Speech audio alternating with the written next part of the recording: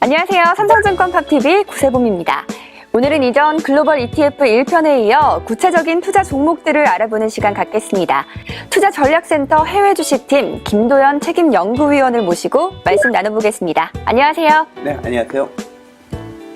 삼성증권 해외주식팀에서 최근 글로벌 ETF 10선 종목들을 제시해 주셨는데요. 어떤 종목들인지 소개 좀 해주세요. 네, 삼성증권 해외 주식팀은요, 지난 7월에 있었죠. 해외 ETF 고객 세미나를 통해가지고, 글로벌 ETF, 대표 ETF 한 10개를 제시한 바가 있고요. 일단 글로벌 ETF는 저희는 한 4가지로 분류를 합니다. 첫 번째는 이제 자산 배분형이고요. 두 번째는 주식형, 그리고 채권형, 마지막으로 귀금속이라든가 원자재, 혹은 헤지펀드 등에 투자하는 대한투자형 등 이제 4가지고요. 자산 배분형으로는 주로 이제 선진국의 주식이나 채권으로 구성된 포트폴리오를 선택했습니다. 주식형으로는 선진국 주식으로 이제 주로 이제 구성을 하려고 많이 노력했고요. 다만 주가가 많이 하락해가지고 가격 매력이 크게 부각되고 있는 일부 이머징 마켓 종목들은 당연히 이제 저희가 포함시켰습니다. 또한 이제 성장성이 지금 최근에 많이 부각되고 있는 제4차 산업혁명에 이제 관련된 혁신 기업들이라든가 혹은 로봇 산업 등 이제 테마형 ETF들도 저희가 이제 관심 있게 살펴보고 있는 ETF 라인업이고요. 채권형 ETF로는 높은 금리보다는 안정적인 성과라든가 금리 하락으로 인한 자본 차익에 좀 초점을 맞추고 있습니다. 따라서 미국의 단기 채권 ETF라든가 혹은 미국을 제외한 유로와 일본의 이제 선진국 국채 ETF를 이제 저희가 제시를 하고 있고요. 대한투자로는 뭐 단연 최근 이제 국내 투자자들 사이에서 많이 화제거리가 되고 있는 것으로 알고 있는데요. 실물 금이라든가 은행 투자하는 글로벌 귀금속 ETF를 저희가 유망한 ETF로 제시를 하고 있습니다. 네, 그럼 이제부터 구체적인 종목들을 제시해 주실 텐데요. 가장 눈에 띄는 게 바로 자산 배분형 AOM이라는 ETF입니다. 어떤 ETF인지 설명 좀 해주세요. 네, AOM은 이제 미국 시장에서 이 ETF가 거래되고 있는 코드입니다. 원래 명칭은 iShares Moderate Asset Allocation이라는 ETF입니다. 중위험 중수익을 이제 추구하는 ETF라고 말씀드릴 수가 있고요. 이 ETF는 신흥국가 자산에는 투자하지 않습니다. 거의 대부분 선진국가의 주식과 이제 채권으로 구성되어 있고요. 주식과 채권 투자 비중을 보면 각각 한 40에서 60% 정도로 채권이 한 60% 정도라고 생각하시면 되겠습니다. 투자 대상 국가도 미국 비중이 한 50% 이상은 이제 되는 ETF고요. 이 ETF의 매력은 결국은 선진국과 특히 미국에 주로 이제 투자하는 ETF이기 때문에 세계 금융시장의 변동성이 이제 크게 증가할 때도 상대적으로 좀 안정적인 수익을 이제 기대할 수 있다는 점이고요. 특히 이제 우리나라의 원화의 경우에는 보통의 경우에는 아주 이제 안정적으로 움직이는 통화지만은 글로벌 금융시장의 변동성이 증가하는 시기에는 가치가 이제 크게 하락하는 이런 경향이 있다는 좀 특징이 있습니다.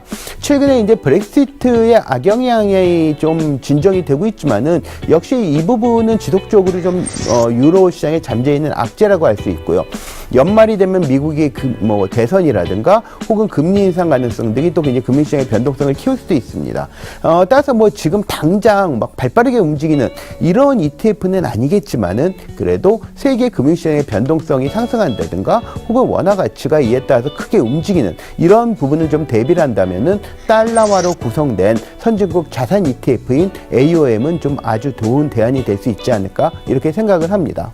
네, AOM은 미국 비중이 50% 이상인 선진국 주식과 채권으로만 이루어진 ETF다라는 말씀을 해주셨습니다. 다음은 투자자분들이 가장 관심이 많으신 주식형 글로벌 ETF 5선에 대한 설명 부탁드릴게요. 네, 이제 주식형 ETF로는요, 안정성을 강조하는 ETF 하나가 있고요. 하지만 안정성만 강조하면 안 되기 때문에 장기 성장이 동력이 좀 부각이 될 수 있는 ETF를 좀 2개 저희가 제시를 하고 있습니다. 그리고 좀 너무 다른 ETF에 대해서 낙폭이 크다, 그러니까 기술적으로 좀 매력이 있다, 이런 ETF도 이제 2개 정도 이제 제시를 하고 있습니다. 우선 안정성이 좀 뛰어난 ETF다라고 한다면은 iShares Edge Minimum Volatility라는 ETF를 좀 제시를 하고 있습니다. 이 ETF는요, 미국 시장에서 이제 상장이 거래가 되고 있고요. 주로 변동성이 낮은 미국의 우량 종목들, 음식료라든가 배당을 많이 주는 종목들, 이런 우량 종목들이 이제 구성된 ETF입니다. 따라서 이제 주가가 하락할 때는 아무래도 변동성이 낮은 종목으로 이제 돼 있으니까 위험을 관리할 수가 있고요.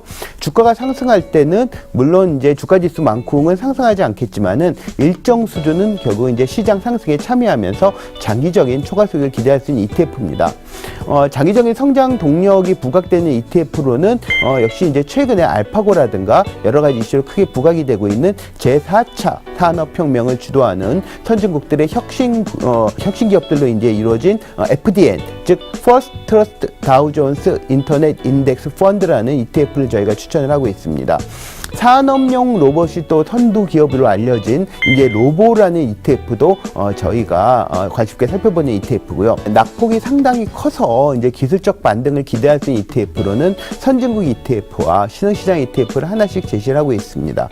선진국 ETF로는 연초 이후 나스닥 시장이 상당히 좀 좋은 움직임을 보이고 있음에도 불구하고 나스닥 기술주들의 상승에서 좀 많이 소외되었던 나스닥 시장의 바이오 기업들로 구성된 ETF인 IBB를 들 수 있겠고요. 신흥시장의 ETF 중 좀 관심 있는 ETF로는 역시 작년 말부터 철저하게 글로벌 투자자들의 관심으로부터 좀 멀어지면서 밸류에이션, 즉 절대적인 가격 매력이 상당히 커진 중국의 우량기업 ETF인 MCHI를 들고 있습니다. 네, 새로운 글로벌 주식형 ETF들을 알게 되니 굉장히 흥미로운데요. 다음은 채권형 글로벌 ETF 설명 부탁드릴게요. 예, 채권형 ETF로는 단기형과 장기형 이 두 가지를 말씀드리고 있습니다. 일단 단기형으로는요, 미국의 1년 만기 국채에만 투자한 ETF인 iShares Short-Term Treasury Bond ETF를 들 수가 있습니다. 이 ETF는요, 1년 만기가 좀 1년 이하의 좀 짧은 채권에 좀 투자하기 때문에 금리가 갑자기 좀 올라선다든가 그런 일이 발생하더라도 영향이 좀 상대적으로 좀 크지 않다는 장점이 있고요.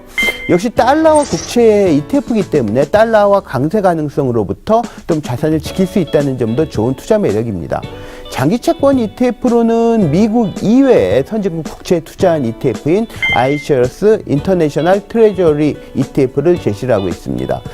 미국 장기 국채의 경우에는 이미 가격이 많이 상승했고요. 또한 연말 이후에도 금리 인상 가능성이 있기 때문에 좀 피하고 있고요. 다만 유럽이나 일본의 경우에는 좀 금리가 마이너스권까지 가더라도 추가적으로 장기 금리가 좀 하락할 수 있는 여지가 있다는 점을 고려한 선택입니다.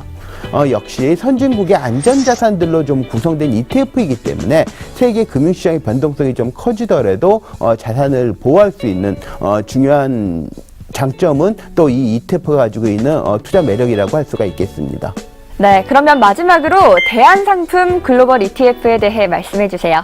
예, 일단 단기적으로는요, 역시 브렉시트를 좀 생각을 해보지 않을 수가 없습니다. 물론 좀 많이 변동성은 진정이 되고 있지만은 역시 유럽의 신용 상태라든가 좀 경제 여건을 고려할 때 아직까지 유럽의 금융시장은 갑작스럽게 변동성이 커질, 즉 변동성에 좀 취약해질 가능성을 내포하고 있다고 이제 저희는 판단하고 있기 때문이고요.